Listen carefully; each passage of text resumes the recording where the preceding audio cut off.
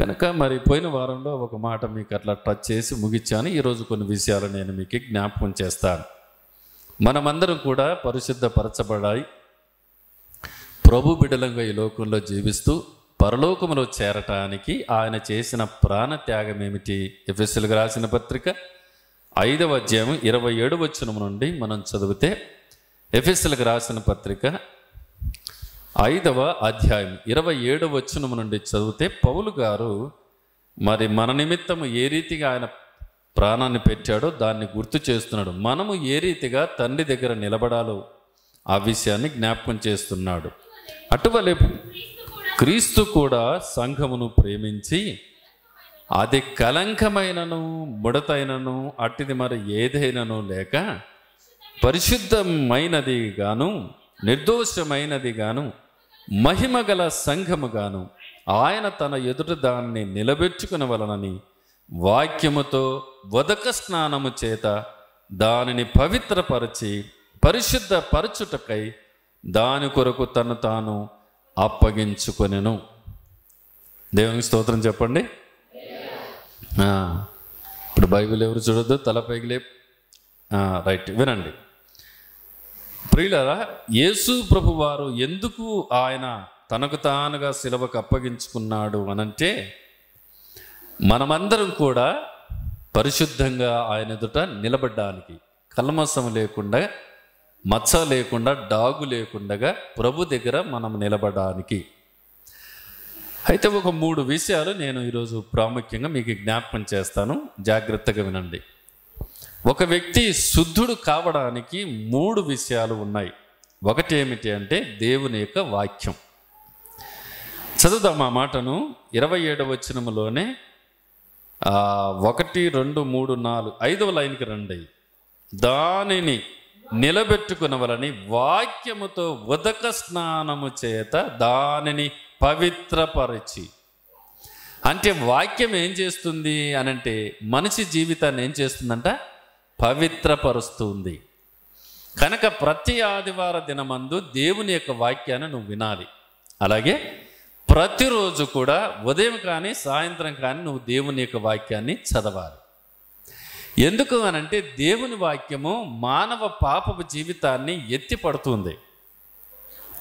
మనకందరికీ తెలిసినటువంటి గొప్ప దైవజనుడు ఆర్ఆర్కేమూర్తి గారు, వారు ప్రభువును విశ్వసించక మునుపు దేవుని యొక్క వాక్యాన్ని చదవడానికి ప్రారంభించినాడంట. అసలు ఆయన దేవుని వాక్యం ఎందుకు చదవడానికి ప్రారంభించాడంటే, వాళ్ళు బ్రాహ్మణ్స్ బైబిల్ను ఒప్పుకోరు. వీళ్ళు క్రైస్తవులు దేవుని యొక్క వాక్యాన్ని పరిశుద్ధ గ్రంథం అని ఇంతగా మొత్తుకుంటున్నారు. ఆ గ్రంథాన్ని చదువుదాం, దాన్ని చదివి దాంట్లో ఉన్న తప్పులు పట్టి వీళ్ళ క్రైస్తవుల కథ చేద్దాం అనుకున్నాడంట ఆయన. బైబిల్ గ్రంథాన్ని చదివి ఆ గ్రంథంలో ఉన్న తప్పులను గుర్తించి వీళ్ళ కథ చేద్దాం అనుకొని బైబిల్ గ్రంథాన్ని చదవడం ఆయన ప్రారంభించాడు. చిత్రం ఏమిటి అనంటే, బైబిల్ గ్రంథం అంతా చదివే లోపల ఆయన మారిపోయినాడు. చప్పలు కొట్టండి, దేవునికి స్తోత్రం. ఏమండి, బైబిల్ గ్రంథం అంతా ఆదికాండం నుంచి ప్రకటన గ్రంథం వరకు అంతా చదివేపాటికి ముందు ఆయన మారిపోయినాడు. ఆయన సాక్ష్యం చెబుతూ ఇలా చెప్పాడు. ఆయన ఏమనంటే, బైబిల్ గ్రంథంలో తప్పులు పట్టాలని నేను ప్రయత్నం చేసి బైబిల్ గ్రంథాన్ని చదువుతూ ఉండగా బైబిల్ గ్రంథము నా తప్పులను ఎత్తి చూపింది. ఏమండి, నా తప్పులను, నా పాపములను ఎత్తి చూపింది. నేను పాపిని అన్నట్టుగా నన్ను చేసింది అది. నువ్వు పాపివన్నీ గుర్తించి, నేను గుర్తించినట్లుగా నాతో మాట్లాడింది. కాబట్టి ఏమండి, నేను ఈరోజు యేసు ప్రభువే నిజమైన దేవుడని, రక్షకుడని తెలుసుకుని ఆయన ద్వారానే నిత్యరాజ్యమని అంగీకరించి ఆయన చనిపోయేంత వరకు కూడా రేడియోలలో, టీవీలలో మరి ప్రసంగాలు చేసి ఆయన ప్రభునందు నిద్రించాడు. మంచి ప్రవక్త అని అంటారు ఆ దైవజనుడిని. దేవునికి స్తోత్రం. 12వ సంవత్సరం అంటే 2012వ సంవత్సరం అనుకుంటా మన డోనుకు వచ్చినాడు. గర్ల్స్ స్కూల్లోన వాక్యం అందించి వెళ్ళాడు ఆయన. సరే, మంచిది. కనుక వాక్యం ఏం చేస్తుంది అంటే మనిషి జీవితాలను నిలబెడుతుంది, మనిషిలో ఉన్నటువంటి పాపాన్ని తీస్తుంది. నువ్వెంతటి మనగాడివైనా సరే బైబిల్ గ్రంథాన్ని చదువుతూ శ్రద్ధగా చదవగలిగితే నువ్వేమిటో నిన్ను గుర్తించేటట్టుగా చేస్తుంది. నీ జీవితం ఏమిటో, నువ్వు ఎలాంటి వ్యక్తివో బైబిల్ గ్రంథము అర్థములో చూచినట్లుగా నిన్ను నిలబెడుతుంది, చూపిస్తుంది నిన్ను వాక్యం. కనుక ఒక వ్యక్తి శుద్ధుడు కావడానికి, పరిశుద్ధుడు కావడానికి నంబర్ 1 ఏంటంటే వాక్యాన్ని చదవాలి, వాక్యాన్ని వినాలి. కనుక వాక్యము మానవ పాపపు జీవితాన్ని ఏం చేస్తుందంట? శుద్ధి చేస్తుంది. అక్కడ చదువుకున్న వాక్యము ఏమిటంటే దానిని నిలబెట్టుకునవలని వాక్యముతో ఉదక స్నానము చేత. వాక్యం ఏం చేస్తుందంట? ఉతికి పారేస్తుంది అంతే.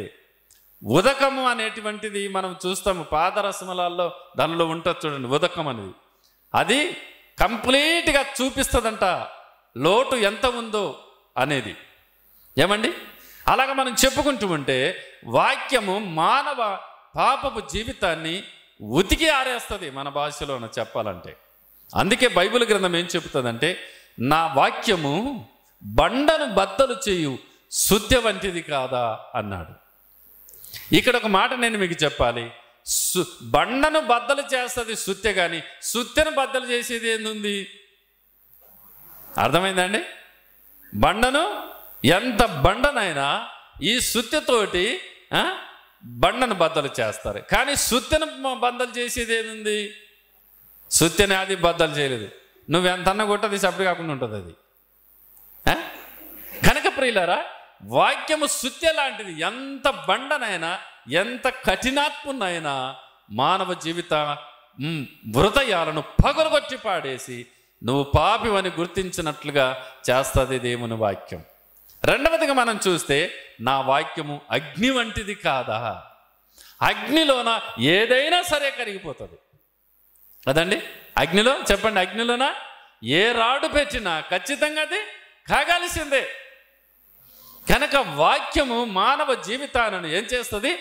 శుద్ధి చేస్తుందండి. శుద్ధి చేస్తుంది, కరిగేస్తుంది.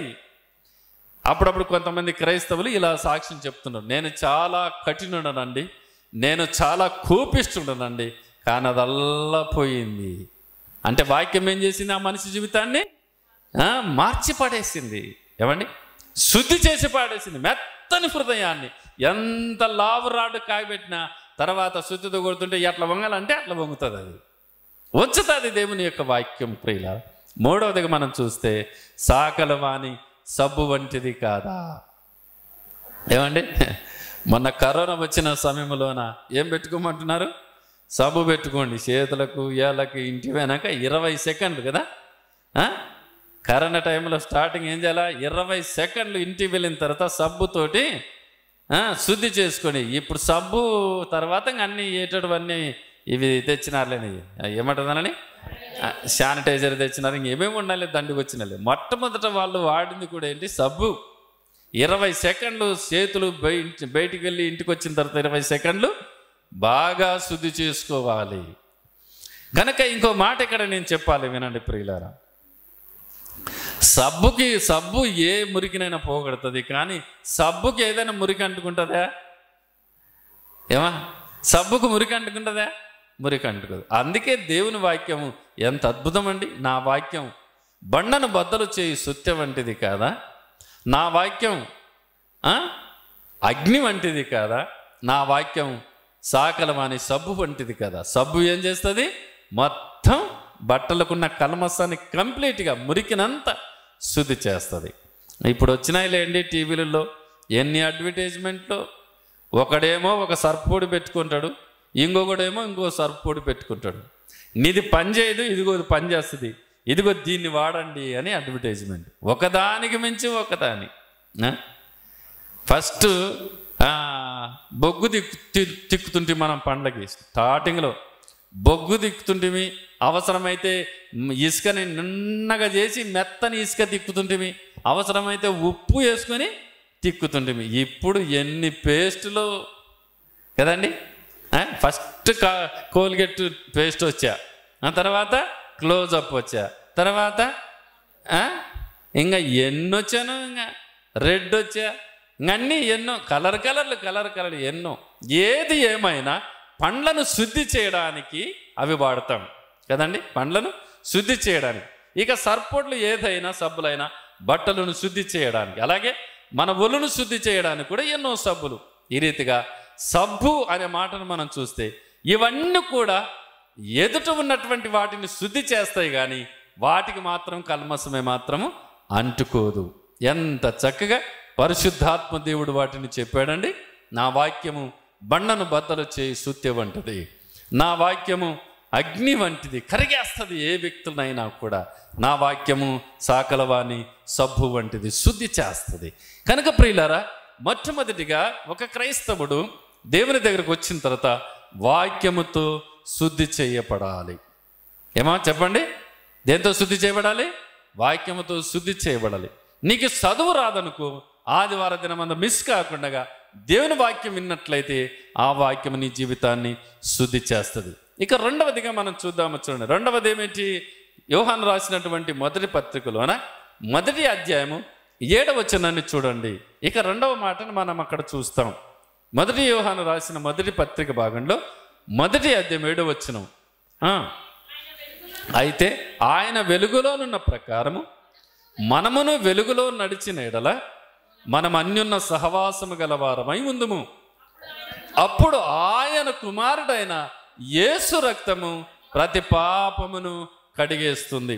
రెండవదేమిటి అనంటే, యేసు ప్రభువారు కల్వరి శిలువలో కార్చిన రక్తముతో కడగబడాలి మనం. అమ్మా, యేసు రక్తము, చెప్పండి, యేసు రక్తము ప్రతి పాపమును కడిగేస్తుంది.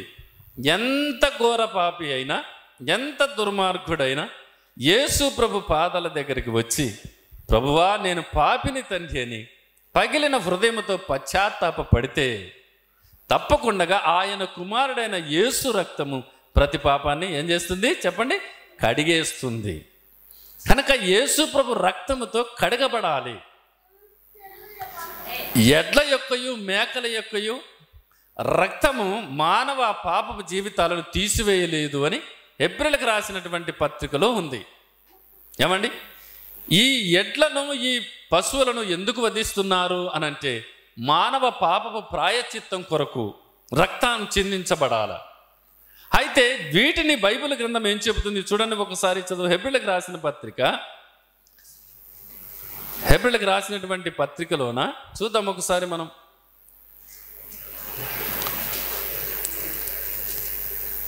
పదవ అధ్యాయం 4వ వచనాన్ని మనం చూద్దాం. 10వ అధ్యాయం 4వ వచనం, హెబ్రీయులకు రాసిన పత్రిక 10వ అధ్యాయం 4వ వచనం. ఏలైనగా ఎడ్ల యొక్కయు మేకల యొక్కయు రక్తము పాపములను తీసివేయుట అసాధ్యం. మానవ పాపపు జీవితాన్ని శుద్ధి చేసుకోవడానికి, మానవుని యొక్క పాపి క్షమించబడడానికి, తాను శుద్ధుడై పరిశుద్ధపరచబడి పుణ్యములో మోక్షములో పరలోకంలో చేరటానికి ఎడ్లను అర్పిస్తూ ఉన్నారు. ఏమండి, మేకలను అర్పిస్తూ ఉన్నారు, రక్తాన్ని చిందిస్తున్నారు. అయితే బైబిల్ గ్రంథం ఏం చెబుతుంది అంటే వాటి వలన మానవ పాపపు జీవితాన్ని మార్చటం మాత్రం అసాధ్యం. చదవండి ఆ మాట మరల. ఏలైనగా ఎడ్ల యొక్కయు మేకల యొక్కయు రక్తము పాపములను తీసివేయుట అసాధ్యం. ఒక మంచి మాట చెప్తాను. 9వ హెబ్రీయులకు రాసిన పత్రిక 9వ అధ్యాయము 22వ వచనాన్ని మనం చదువుదాం ఇప్పుడు. 22వ వచనం, మరియు ధర్మశాస్త్ర ప్రకారము సమస్త వస్తువులను రక్తము చేత శుద్ధి చేయబడుననియు రక్తము చిందింపకుండా పాపక్షమాపణ కలుగదనియు సామాన్యముగా చెప్పవచ్చును. చూసారా, రక్తము చిందింపకుండా, అమ్మ వినాలి మాట, రక్తము చిందించకుండగా ఏమండి మానవునికి పాపక్షమాపణ లేదు. ఏమండి, రక్తము చిందించకుండగా మానవ పాపపు జీవితానికి క్షమాపణ లేదు. అయితే ఏ రక్తము అని అంటే మనం ఏం చేస్తాము?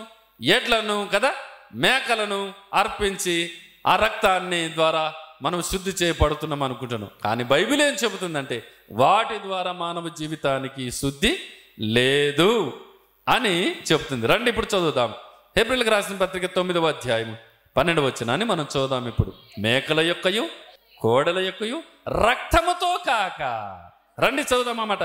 తన స్వరక్తముతో ఒక్కసారి పరిశుద్ధ స్థలములో ప్రవేశించను. చప్పలు కొట్టిన అందరూ కూడా బలేసు మహారాజుకే. యేసు ప్రభు వారు తన స్వరక్తముతో, ఏమండి, తన స్వరక్తముతో ఒక్కసారి పరిశుద్ధ స్థలములో ప్రవేశించను. రండి ఒక మాట మనం చూద్దాం. హెబ్రీయులకు రాసినటువంటి పత్రిక 10వ అధ్యాయము 10వ వచనాన్ని మనం చదువుదాం. ఇప్పుడు 10వ అధ్యాయం 10వ వచనము. యేసుక్రీస్తు యొక్క శరీరము ఒకసారి అర్పింపబడుట చేత ఆ చిత్తమును బట్టి మనము పరిశుద్ధపరచబడి ఉన్నాము. ఎందుకు రండి అంటే, మరియు ప్రతి యాజకుడు దినదినము సేవ చేయుచు పాపములను ఎన్నటికీ తీసివేయలేని ఆ బలులనే మాటి మాటికి అర్పించుచూ ఉండును. ఈయనైతే పాపముల నిమిత్తమై సదాకాలము నిలుసు ఒక్క బలిని అర్పించి. కలువరి శిలువలోన యేసు ప్రభువారు స్వయానగా తన రక్తాన్ని ఆయన కలువరి శిలువలో చిందించాడు. ఏమా, అది పరిశుద్ధుని యొక్క రక్తం, పాపము లేని రక్తం.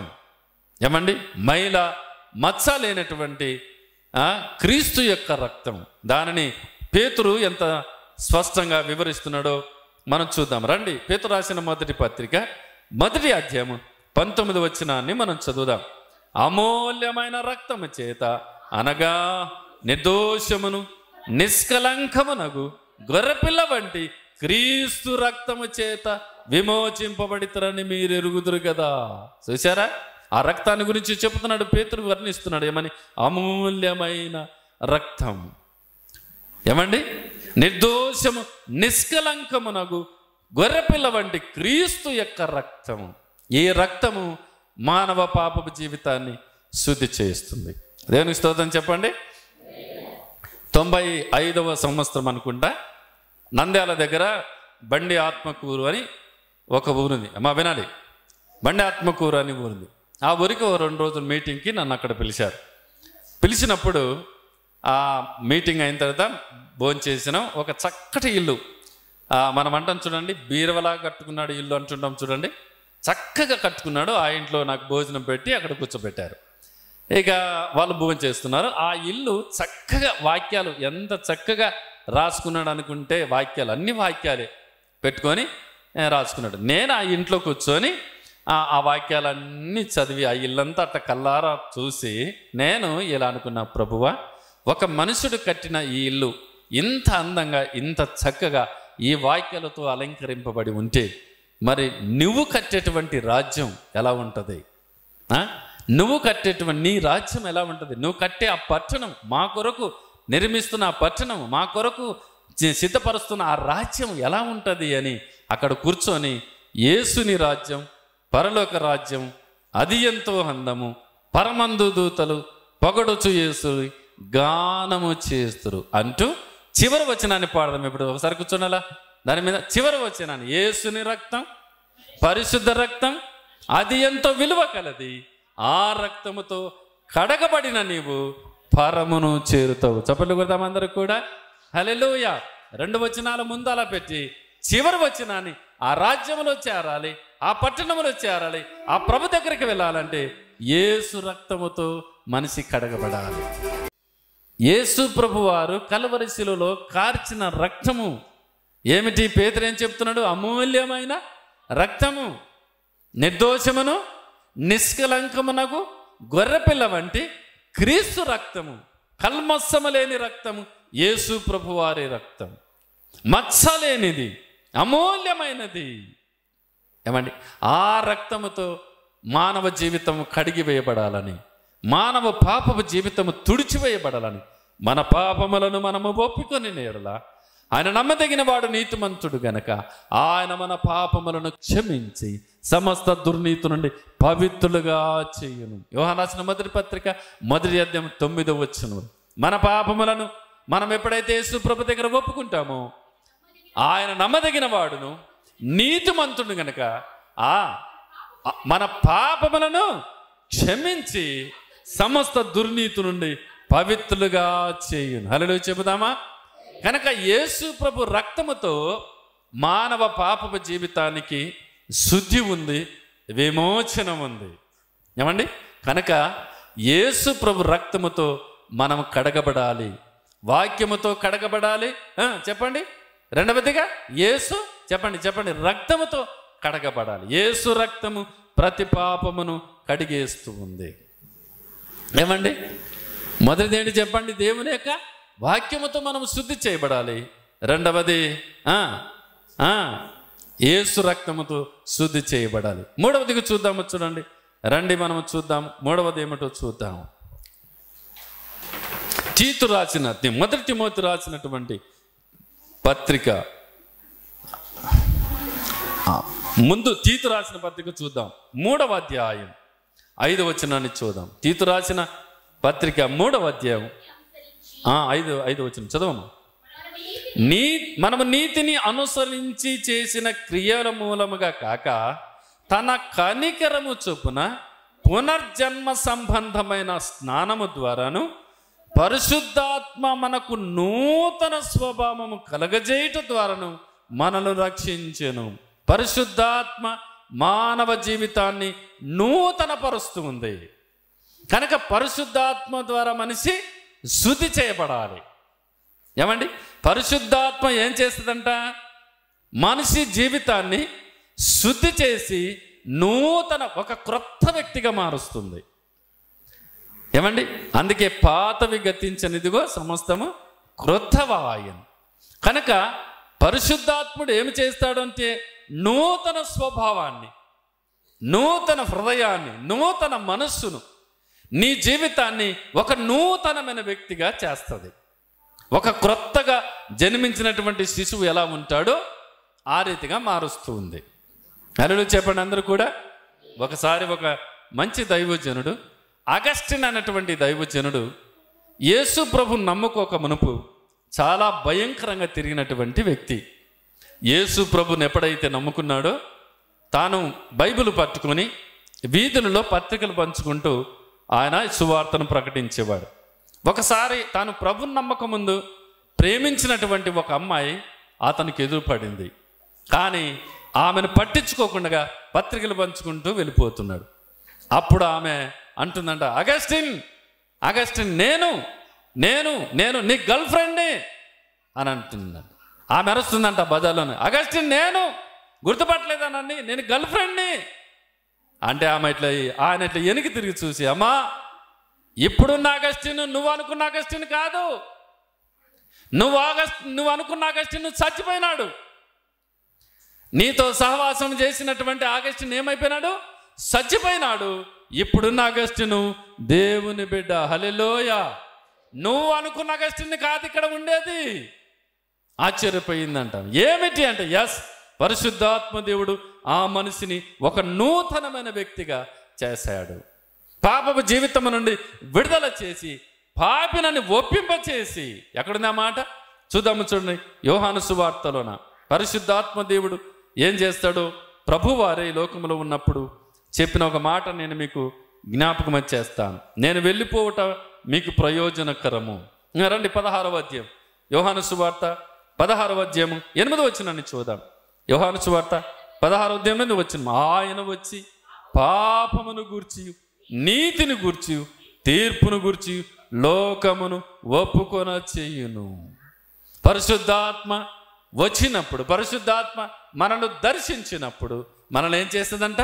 ఇదిగో నువ్వు పాపి విచుడి, ఒప్పుకో ప్రభు దగ్గర అని ఒప్పింప చేస్తుంది. ఏమండి? అర్థమవుతుందా నేను చెప్పేది? పరిశుద్ధాత్మతో నువ్వు నింపబడుతున్న సమయంలో నువ్వు చేసే ప్రతి పాపము నీకు కళ్ళారా కనపడుతుంది.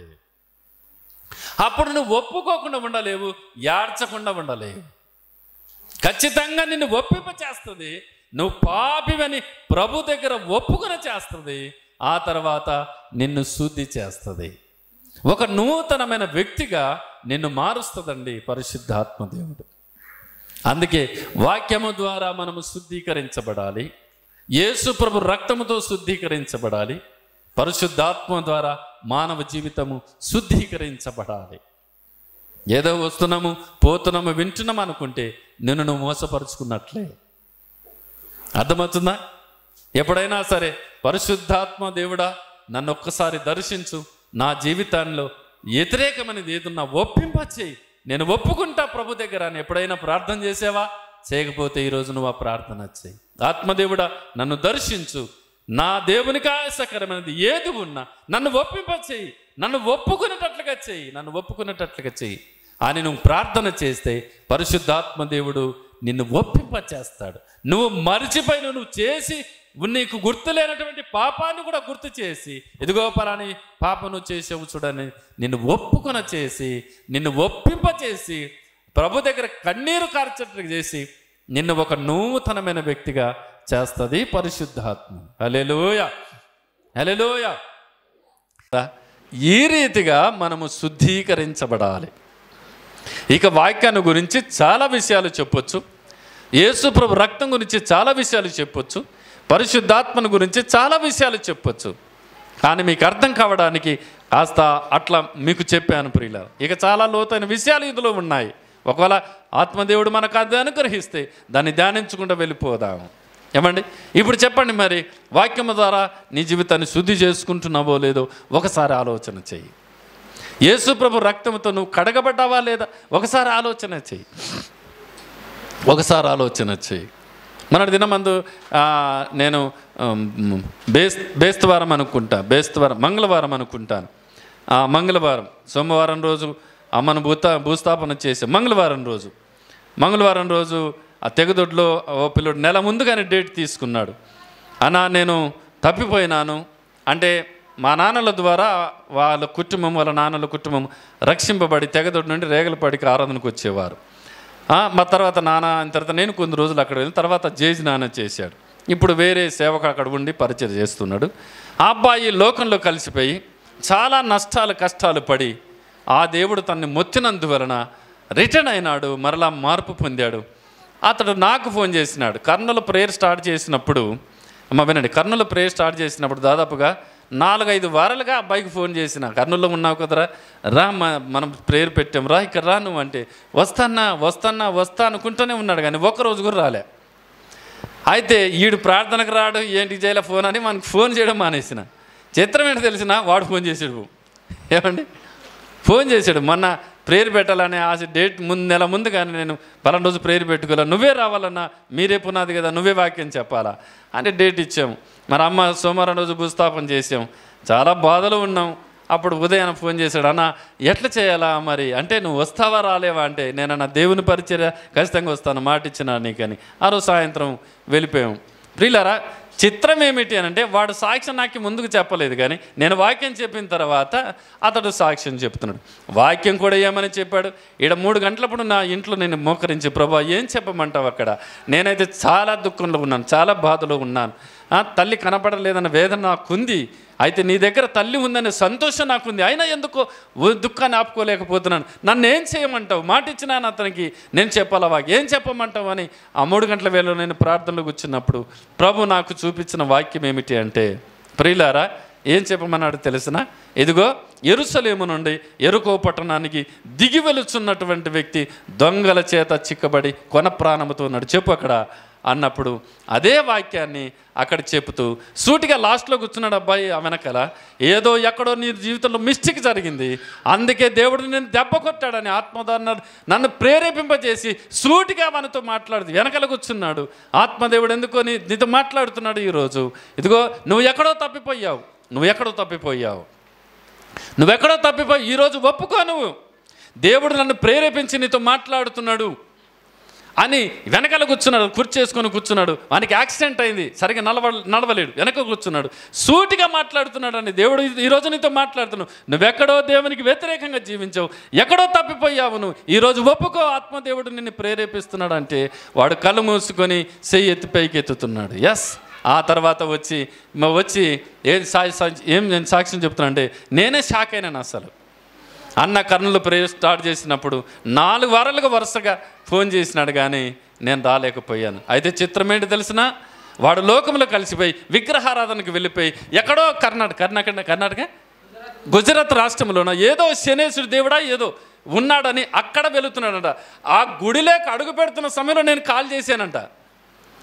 ఎందుకో అన్న కాల్ చేసినాడని గుడిలో అడుగు పెట్టాల్సిన వ్యక్తి వెనక్కి తిరిగాడంట. ఆ తర్వాత మళ్ళీ గుజరాత్ రాష్ట్రంలో ఎక్కడో ఒక గుడి దగ్గరికి పోతున్నాడు, అక్కడ కూడా మొక్కాలని. అక్కడ వెళుతున్న సమయంలో కూడా నేను కాల్ చేశానంట. అయ్యో అన్న ఫోన్ చేసినాడు, ఇక్కడ వెళ్ళకూడదని మళ్ళీ వెనక్కి రిటర్న్ తిరిగినాడంట.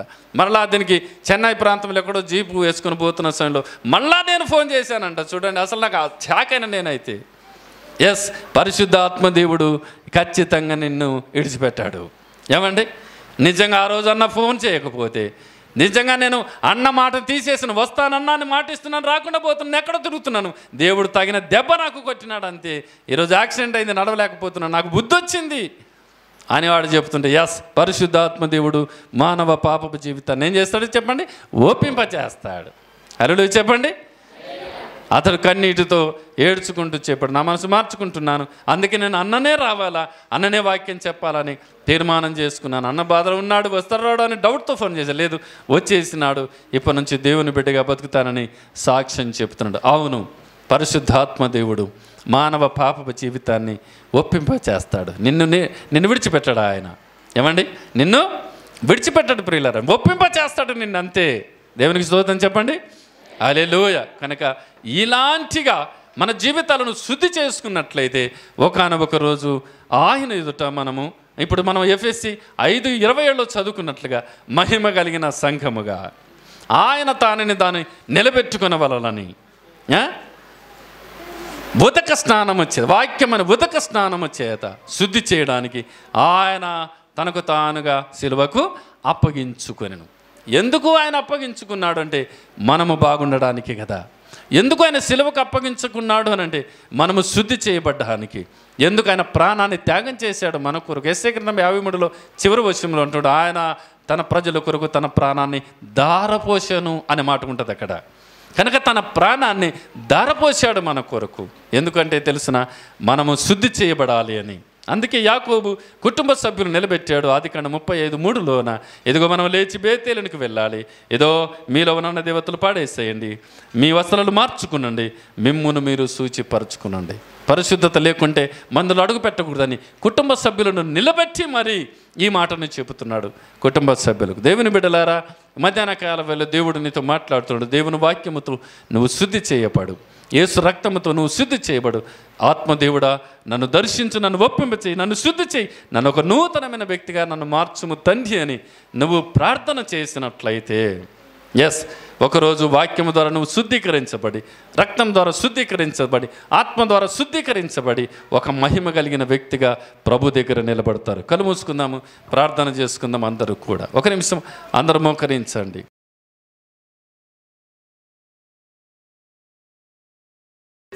పరిశుద్ధుడైన మా తండ్రి, మీకు స్తోత్రాలు.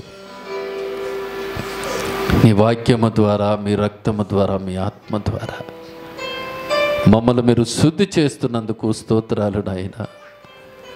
మా జీవితాలను మీరు కడిగి మా పాపములన్నిటిని క్షమించి ఒక నూతనమైన వ్యక్తులుగా మీరు మమ్మల్ని మారుస్తున్నందుకు తండ్రి మీకే స్తోత్రములు చెల్లిస్తూ ఉన్నాం. నీ ఎదుట మహిమ కలిగిన సంఘముగా మేము నిలబడటానికి మా నిమిత్తము శిలువ త్యాగము చేసిన తండ్రి మీకు స్తోత్రములు చెల్లిస్తూ ఉన్నాం. నీ వాక్యము ద్వారా దర్శించబడిన ప్రతి బిడ్డలను బట్టి మీకు స్తోత్రాలు చెల్లిస్తూ మేమంతా మీరు ఆకడకు సిద్ధపడినట్లుగా వధువు సంఘముగా మమ్మల్ని సిద్ధపరచుమని యేసు పరిశుద్ధ నామమున స్తుతించి వేడుచున్నాము తండ్రి. ఆమెన్.